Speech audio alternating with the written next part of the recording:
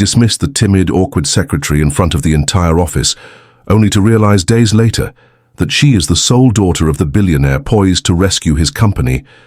Now she possesses his destiny, and her intentions aren't rooted in revenge but something more profound.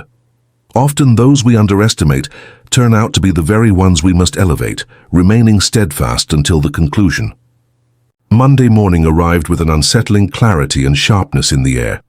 The executive skyboard room at Grayson Holdings resembled a glass box suspended in the heavens, where influence and tension melded into an environment that only those familiar with triumph could navigate effortlessly. Alexander.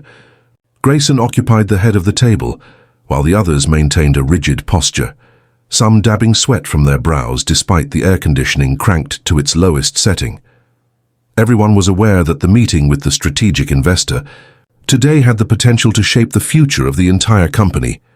Isabella positioned herself by the control panel at the rear. Serving as the CEO's secretary may not have been a prestigious role, yet it frequently found itself at the forefront of cuts when operations faltered. She was aware of it, fully aware. The presentation commenced, each slide impeccable, until it reached the pivotal section, the financial strategy file. The screen shimmered momentarily before plunging into darkness. A notification appeared, indicating an unsupported format. Kindly verify the file source. For a few moments, silence enveloped. The room and stillness reigned, as everyone remained motionless. Time appeared to seep away from the space, leaving behind a pulsating stillness and the subtle noise of a pen held with excessive tension. The investor representative glanced up, arching an eyebrow just a touch, before shifting their attention to Alexander. He remained silent, merely pivoting his gaze toward Isabella. "Which file was sent by you?" Isabella swiftly powered up her laptop to take a look. A chill of perspiration trickled down the nape of her neck. She was certain she had chosen the correct one. She had verified and secured it. However, at this moment, the display revealed another document, an unfinished manuscript. "I submitted the final version last night. A sync error may have occurred." Alexander's laughter rang out, sharp and icy, causing the closest executive to avert their gaze. "Is there a sync error?" He extracted the words. "Do you believe this is merely a college internship?" "Absolutely not. I simply—" He rose to his feet and made his way toward her. Every footfall felt like a quiet indictment, constricting around her throat. His voice may not have been loud, yet each word sliced through the room with precision. "Incredible. We invest millions to maintain this operation, and it all unravels due to a secretary sending the incorrect file." He faced the room. "This is the outcome of prioritizing diverse hiring practices. A girl lacking credentials, real experience, or a distinct voice, yet ideal for fulfilling gender representation metrics." The sound of a chair being pushed back echoed in the room. One of the investors rose, took his coat, and exited silently. Alexander pressed on, unwavering in his determination. "I once thought that with the right tools, anyone could be taught to perform. I acknowledge my mistake. Some individuals I was destined to observe from the periphery." Isabella gazed deeply into his eyes. She remained unyielding, devoid of tears, enveloped in a silence so profound it seemed capable of crushing the very space around her. A quiet that can be easily misunderstood.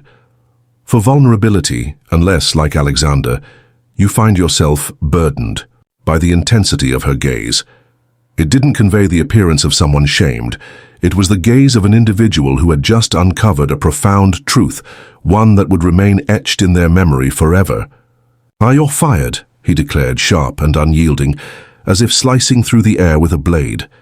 Isabella lowered her gaze, as though she were collecting her fierce pride into a subdued ember. With a decisive click, she shut her laptop and stepped out of the room. Silence prevails. It was only after the door closed firmly behind her that a young employee whispered. She was not worthy of such treatment, yet there was no reply. No one desired to be the first to succumb alongside her. In the elevator, Isabella gazed at her reflection in the mirror. She observed a visage that remained sharp, yet had shed its innocence, fingers quivering ever so slightly from the effort of control. She was puzzled by how the file had been changed, and she was free from that necessity.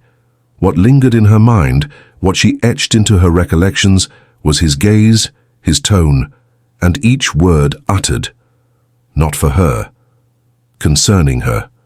She offered, a subtle smile, and murmured to herself, "I'll return, but not in the role of a secretary." 3 days after the presentation failure, the atmosphere at Grayson Holdings descended into a quiet, unacknowledged chill. It was an unspoken truth, lingering in the shadows of their minds, impossible to erase, particularly not Alexander. He was not the type to linger on minor errors. Yet, on this occasion, an unsettling feeling persisted within him. It wasn't merely Isabella's disquieting silence as she departed, nor the manner in which she regarded him, her gaze neither furious nor resentful, but rather a caution cloaked in self-control. A subtle, insidious feeling began to take hold, suggesting that he had erred in his judgment, blatantly inexcusable error. A concise email delivered the IT department's report on Thursday morning. The presentation error was caused by a server sync malfunction, not by human error, and certainly not Isabella's fault. Alexander gazed intently at the screen. The phrases were brief, yet each one pierced like a thorn into the flesh. He remained silent, simply erased the message, then rose and exited his office, as though the air in that room had suddenly turned heavy. That same afternoon, the office was gearing up for a discreet meeting with the year's most crucial potential investor, William Miller. A name that required no explanation in the world of finance, a figure both subtle and commanding, once referred to as the spectre who possesses what all others covet. The meeting was exclusive, yet all senior staff members were in attendance. Alexander stepped into the boardroom, his expression more frigid than normal, yet a sense of unease lingered within him. He was typically unflappable, yet today an unnamed sensation had him feeling unsettled. William Miller stepped in, his tall frame accentuated by silver hair, with eyes that were sharp and penetrating. He acknowledged Alexander with a nod and clasped his hand firmly. He had company. A young woman walked behind, attired in a manner that was both unpretentious and graceful. She possessed an innate ability to draw attention without the need for extravagance. Her presence hushed the room into stillness. She entered as if she were familiar with these corridors, as if she had a rightful place here, yet not in a manner that anyone could recall. Isabella Alexander stood still, his gaze fixed on her, as if seeking validation for the reality before him. Yet what eluded his understanding was the expression she wore. Chill, transparent, neither furious nor feeble. Yet, the look of a person who had nothing more to demonstrate, for the reality had already articulated her story. Silence enveloped the room for a few moments, until William settled into his chair and spoke with a steady voice. "This is my partner in this venture, my daughter, Isabella Miller." A soft wave of whispers fluttered in one corner.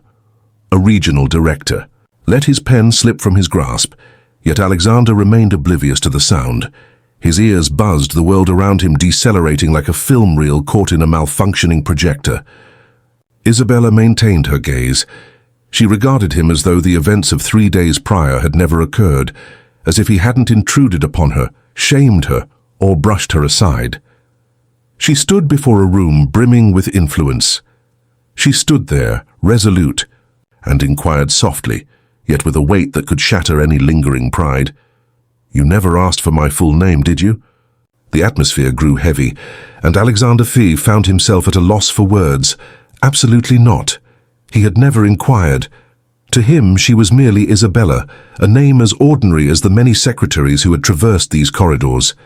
He had never once envisioned that the woman in unassuming suits, her gaze frequently cast down, her figure retreating into the shadows, could enter this boardroom, stand alongside William Miller, and regard him as if he were a stranger, devoid of all authority. The meeting continued onward. William articulated his vision for collaboration with a poised clarity, yet Alexander grasped merely a fraction of it. The remaining time was devoted to facing his own image, one that had recently been presented to him, unyielding, swift, and superficial. As the meeting drew to a close, Isabella found herself as the final one to depart. She remained silent. As she walked by Alexander's seat, she lingered for a moment, allowing him to grasp the unspoken meaning in her quietness. "We've moved on from that point, and you can no longer refer to me as your secretary." The door shut once more, yet this time Alexander was aware. The door that had just closed wasn't the one leading to the boardroom. The door stood as a reminder of an opportunity gone, and what stung the most was the emptiness she had created in her absence. Alexander remained awake throughout the night. He had endured countless meetings, faced financial setbacks, weathered media attacks, and even watched billions slip away in a failed deal, yet never had he felt so diminished. It wasn't the blow to his reputation that stung, but rather the realization that he had been outmaneuvered by a woman he had once overlooked, who calmly laid down her winning card and departed without a backward glance. It was not an assault. It was a strategic maneuver in a masterfully executed game, and he had been defeated right from the outset. At the stroke of midnight, Alexander composed an email. Avoid vague subject lines filled with apologies or overly refined justifications. Only a single line, strikingly straightforward for someone of his character. "I admit my mistake. From the outset, you were worthy of respect." He perused it thrice before finally pressing send. He found himself questioning why he addressed her in such a personal manner, a tone seldom employed in professional apologies. Perhaps because deep down, he understood that their relationship had never been purely transactional. Her response arrived by morning. Isabella crafted a single sentence. "In the future, take a moment to confirm the facts before causing harm to another person. Thank you, but I must decline." There is no indication of pardon, merely a line keen enough to serve as a reminder for him. She remained unyielding, vowing never to allow herself to be undervalued again. Alexander perused it repeatedly. For a brief instant, he felt the urge to respond and clarify that he had not intended to, that he was safeguarding the reputation of the company. He had also fallen prey to a technical mishap, yet he held back, because he understood that none of that held any significance compared to the reality that she had faced humiliation before a crowd of dozens. That afternoon, William extended an invitation to his private office, neither to retract the investment nor to reprimand him. He casually poured a drink, extended a glass to Alexander, and settled into a leather chair, crossing his legs with ease. Serene, collected, enigmatic. "I refrain from meddling in the personal affairs of my colleagues," he stated, his tone steady and resolute. "However, the investment in this arrangement belongs to Isabella. I'm here to provide support with technical due diligence." Alexander remained silent. The statement didn't serve as a warning, yet it struck him like a heavy steel gate slamming shut, a stark reminder that he was the one at the table seeking something. "Not the one making the choice," William continued, his tone remaining even. "She tends to let go of grudges fairly quickly, yet her memory remains sharp. That girl's memory is as sharp as a knife." Alexander gave a slight nod. "I understand. If you wish to remain at this table," William remarked, refilling his glass with a deliberate gaze, "begin by understanding the importance of not underestimating others." Alexander remained silent. Within, each rationale had started to feel utterly hollow. Now he found himself in a state of waiting. Hold on for an opportunity, if one still exists. In the days that ensued, Alexander encountered Isabella on several occasions, amidst finance meetings and strategy board discussions. She consistently arrived on time, dressed to perfection, and her replies were succinct, neither distant nor overly friendly. To the outside world, she was simply the heiress of a formidable investor, yet for him, she remained an enigma that defied resolution. One afternoon, he spotted her solitary figure on the rooftop balcony. In stark contrast to her poised demeanor in the boardroom, she had now undone her silk tie, one hand casually resting on the glass railing, her gaze locked onto the misty horizon. He yearned to approach, yet he hesitated, not from a deficiency of bravery, but because for the first time Alexander Grayson grasped that not every error can be undone with a simple apology. At times, the best course of action is to master the art of silence when it truly matters. 1 week after the meeting with William Miller, the name Alexander Grayson had transcended its association with mere power. Grayson now embodied a new connotation, one of scandal. An anonymous blog post surfaced on a well-known finance industry website, marking the beginning of it all. Under 800 words, yet brimming with sufficient detail to spark a media frenzy. The CEO of Grayson Holdings faces allegations of exploiting personal connections with a secretary to influence a prominent female investor. Photos from the internal event have surfaced, accompanied by unverified messages and accounts from unnamed company insiders that create a compelling narrative, difficult to refute. Are power and intimacy being leveraged as negotiating tools in high-stakes finance?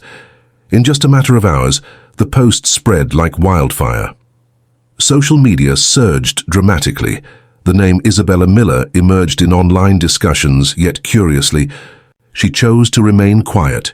Neither affirmation nor negation nor any presence. The silence itself became the spark that ignited the wildfire. Some asserted that she was the one wronged. Some thought she was the subtle puppeteer, and the sole name emblazoned across every headline was Alexander's. For the very first time in his journey, he found himself at a loss for words. Journalists reached out incessantly. A journalist positioned outside Grayson Holdings each morning, broadcasting live with the hashtag GraysonGate. A board meeting to address the crisis was convened that very week. Under the harsh glare of the executive room's lights, Alexander stepped in with the weight of impending consequences heavy on his shoulders. The initial voice was not that of an opponent, but rather a board member who had maintained a neutral stance until now.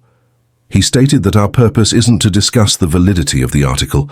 However, it's important to recognize that this has transcended personal matters. This concerns the standing of the company, the value of its stock, the confidence of investors, and the potential losses we face without a transparent explanation. Alexander remained quiet. A part of him yearned to voice his thoughts, to proclaim that he had been unjustly treated, that this was a deliberate assault. Yet the other part was all too aware. When the media surpasses the truth, the initial voice often goes unheard. Isabella was not present. His messages remain without a response, messages overlooked. Even his calls were answered by a frigid, robotic tone. The individual is currently unable to answer your call. Where could she possibly be? He sought to understand, not to argue his point, but merely to pose a single inquiry. What's causing your silence? The workspace seemed strikingly empty. The gazes that had once trailed him through the corridors were now subdued, cautious. It was understood without words. He sensed it deeply. They stood by, anticipating his downfall. The media unearthed the past, Link's previous female co-workers who departed unexpectedly, unclear dynamics with female partners in previous agreements. A vivid image took shape, a cunning and driven leader, willing to exploit any means necessary to achieve victory, even if it involves manipulating the feelings of others. Alexander felt the weight of impending loss pressing down on him, not because he had committed any wrongdoing. He remained convinced that he was in the right. Yet having once cast aside the truth and overlooked the emotions of those around him, he now found himself confronted by a twisted reflection of his past actions. One evening, he found himself solitary, in the shadows of his dimly lit office. All others had departed. The city beyond sparkled, alive with vibrancy. Yet within him resided a tranquility that seemed foreign. He recalled the instant Isabella stepped out of that boardroom, those captivating eyes, her quietude.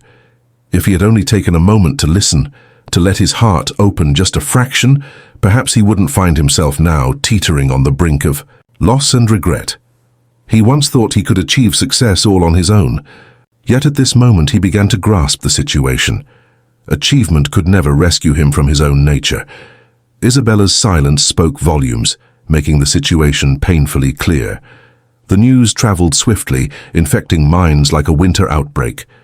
Alexander was now seen not just as an executive, but as a person, a leader, a former powerhouse whose influence was now fading, fragment by fragment. Isabella was aware, She perused the articles just like everyone else, with a sense of calm. Calmly, without urgency. Yet with every utterance of her name, each edited image, and every harsh remark, she was drawn back to that instant, standing in a boardroom, exposed by the harshness of words that condemned her origins. Her appearance was striking for someone in a secretarial role. She opted for silence. She aimed to allow him to fully absorb the weight of his own creation, his sense of self-worth, his mastery, his frigid, nearly apathetic detachment. However, as the clock struck late into the night, she quietly entered her father's study. William Miller was engrossed in reading reports. Half-framed glasses rested delicately. Soft lamplight glowed low on his nose, gently easing the lines at the corners of his eyes. "Rest eludes me," he inquired, gaze fixed on the words before him. "This isn't suited for my tastes." William gazed upward, anticipation in his eyes. Isabella remained silent. For a moment, she remained still, silent. As though measuring each word, each emotion, she set a small USB drive on the desk, a transcript of a confidential gathering at Zeta Capital. I received it from a long-time acquaintance in the field of cybersecurity. William remained unblinking. He remained seated, carefully placing his glasses down, fully aware of the seriousness of her revelation. This confirms that all the claims made by the media regarding Alexander were orchestrated, a calculated attack on someone's reputation. And the aim extends beyond just him. "It's us." He gazed at her for an extended moment, then inquired gently, "What makes you bring this to me?" She inhaled deeply. "I refuse to allow the company you invested in to be tarnished by falsehoods." Her voice remained steady, yet within her gaze the tempest had calmed, not driven by anger but fueled by determination. "I'm aware that my assistance isn't necessary for this matter. Grayson has the resilience to navigate through its own challenges. However, if we choose to remain quiet, we allow the narrative to be altered." William gave a slow nod. "What are your intentions moving forward? Allow me to take care of it." The following day, Alexander found himself in his office, inundated with emails from legal teams, PR firms, and crisis consultants. All of them shared the same message with him: remain silent. Endure the tempest until it subsides. The door creaked ajar. Silence prevails. Isabella entered, clutching a folder with the USB tucked away in her coat pocket. Her outfit was a departure from the typical office wear, a lengthy grey trench coat, hair neatly tied back, gaze unwavering. She entered, and an icy breeze swept through the space, sharp and penetrating. Alexander sprang to his feet. He found himself at a loss for words. Previously, for 10 days, he had practiced countless openings in his mind, yet none appeared deserving at this moment. Isabella required no words from him.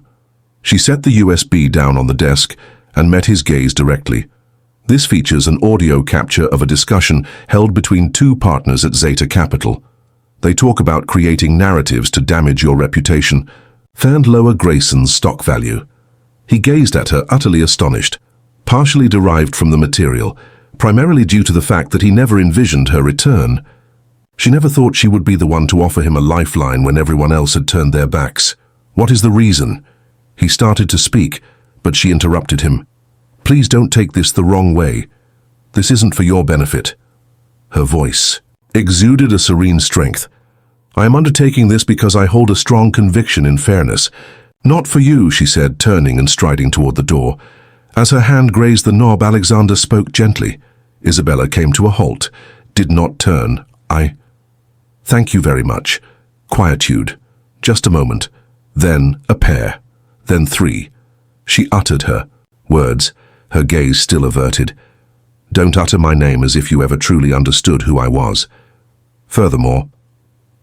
With a soft click, the door sealed shut behind her. For the 3rd time. Yet this time, it is not accompanied by the quiet of bitterness. This time with the burden of conviction. Once Isabella departed from the office, Alexander chose not to reach out to her. He lacked the courage. The tiny USB she had placed on his desk remained there, seemingly harmless in its look. Yet, it bore the significance of a judgment. He hesitated, to engage with it immediately, not from uncertainty but from embarrassment. Throughout his journey, Alexander had bested his competitors, successfully navigated numerous agreements, dominated spaces with an icy gaze, yet no one had ever shown him the kind of care that Isabella did, not with animosity, not through absolution. She just strolled, departed, and allowed him to confront his own thoughts. He didn't plead for another opportunity. "I never sought your forgiveness." Yet on that particular night, he engaged in an uncommon act.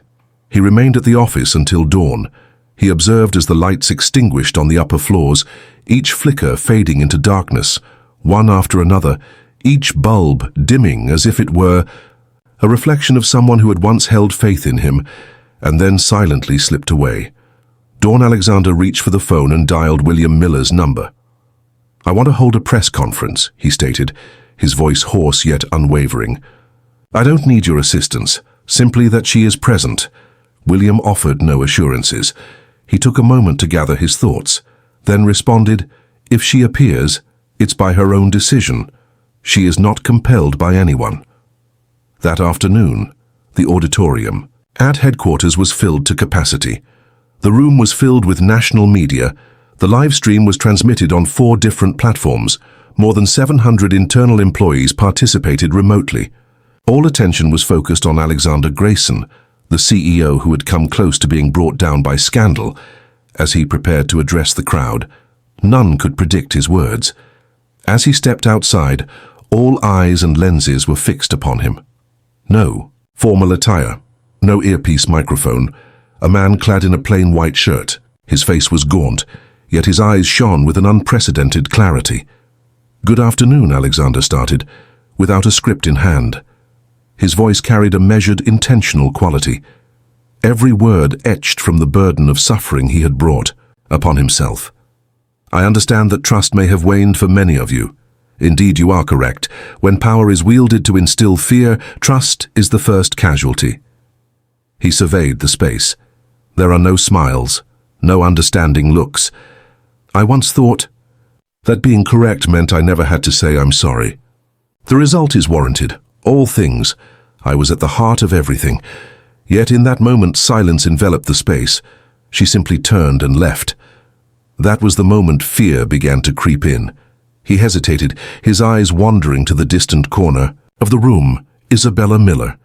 The name escaped his lips, lingering in the air with a mix of conviction and doubt. I have wronged her, not merely by doubting her capability, but by something far more insidious. I overlooked her. The inherent worth of an individual. A visual artist lifted their lens. Alexander remained unyielding. Instead, he moved to the front of the stage, holding the microphone firmly with both hands. No words can reverse the actions that have taken place. However, today I feel compelled to lower my gaze, not to this company, but to the person I once was, and he certainly did. He inclined his head. The room was enveloped in silence for an extended period, not the sort that creates discomfort, yet the kind that carries significance. It felt like a collective pause in time, not to shatter what had just been presented. Truthfulness. From the back row, someone rose to their feet, drawing attention to Isabella. Clad in a sleek black blazer, her hair is pulled back with precision, and her expression exudes tranquility. Calm. It's not chilly, simply resolute. She remained in that spot. Remained silent. No need to. Alexander caught sight of her, yet there was no smile from him. Simply offered a subtle nod, as if a man were awaiting the verdict of his fate. With appreciation. "I'm not seeking your forgiveness," he stated once more. "I truly wish to find the bravery to embrace a new way of living, starting from this day onward." He retrieved the USB from his pocket, set it down on the podium, uttered no further words, and exited the stage. Silence prevails. No facilitator, no thunderous applause, only the soft sound of a door gently shutting in his wake.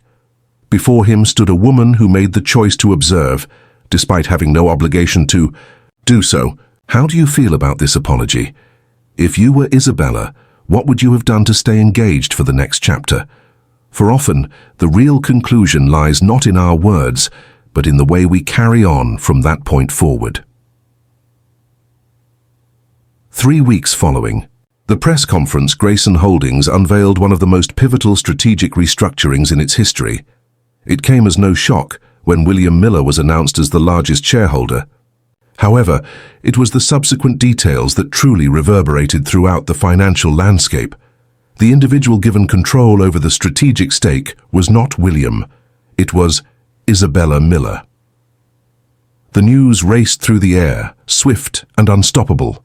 Within, the company surged forward with unstoppable force, not due to any deficiency in Isabella's abilities. Those who collaborated with her were well aware of her keen intellect. However, only a few months prior, she had been the secretary dismissed in front of everyone. At last, she had returned. Not in the capacity of an employee, but as the individual wielding decision-making authority on the strategic board. The announcement ceremony was straightforward and modest, yet the atmosphere in the room was far from buoyant. Uneasy looks exchanged. Hushed murmurs filled the air. What actions will she take? Revenge? Should we eliminate Alexander? Isabella stepped onto the stage, clad in a sleek black suit, her hair elegantly tied up, and her lips adorned with a bold shade of red. Not for aesthetics, but to convey a message. She had transformed into a figure who held her head high. She averted her gaze from Alexander, who was positioned at the front. A line, his demeanor remaining devoid of embellishment. She positioned herself in front of the microphone, surveying the audience, gaze unwavering, intense. She was fully aware of the significance she embodied. More than mere resources, it's a belief. When one faces injustice, she began. Her voice was soft yet powerful. You can either remain quiet or take a stand. A moment of stillness. Today, I decide to rise up. Not for retribution, but for transformation. The atmosphere became utterly still. Not from fear, but from a deep sense of belief. I'm not here to tear anyone down. I aim to demonstrate to those who believed they could determine worth through titles and looks that the world has evolved. Some bowed their heads. People cast their eyes toward Alexander. Isabella pressed on. Forgiveness is not synonymous with forgetting. Forgiveness is about not allowing hurt to dictate your decisions. Her gaze shifted to Alexander. Her gaze had shifted. It was neither cold nor distant, yet it lacked warmth as well. It was the look of someone who had traversed hardship and decided not to allow it to shape her identity. I won't come back as someone hurt. I'm coming back with a strong sense of my value, and I refuse to allow anyone to undermine it again. She descended from the stage as the sound of applause filled the air. Gradually, with determination from those who had previously observed her disgrace and now beheld her resilience.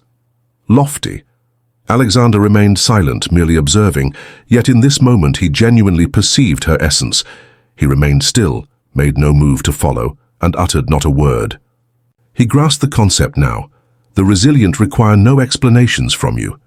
They just require your silence for a moment, so they can understand how much they truly deserved more from the start. Isabella strolled by him. She kept going. As her shoulder grazed his, she subtly tilted her head. This time it's unnecessary. I'm sorry, but please refrain from doing that again. She continued forward, never glancing over her shoulder. 1 week following Isabella's appointment, the offices of Grayson Holdings resumed their familiar cadence. The headlines dimmed, the market found its balance, and the media shifted focus to the latest controversy. Yet for some, an unspoken tension remained just below the surface. Delayed. On Friday evening, high above the city on the 25th floor, in the exclusive area set aside for the shareholders' representative, darkness enveloped most of the space as the lights dimmed. A dim light lingered in the distant corner office as Isabella meticulously organized her files, readying herself to depart. A gentle rap echoed against the door. She gazed upward. The door creaked ajar. It was Alexander, no longer the impeccably dressed leader, nor the individual who had once addressed countless faces to express his regrets. This evening, he donned a plain dress shirt, clutching a paper bag in his hand. Peppermint tea and flaxseed. Cookies. he remarked, setting the bag down on her desk. "I recall you mentioning that this was your favorite combination after a rough day." Isabella gazed at him, her eyes a blend of neutrality and intensity. She remained silent.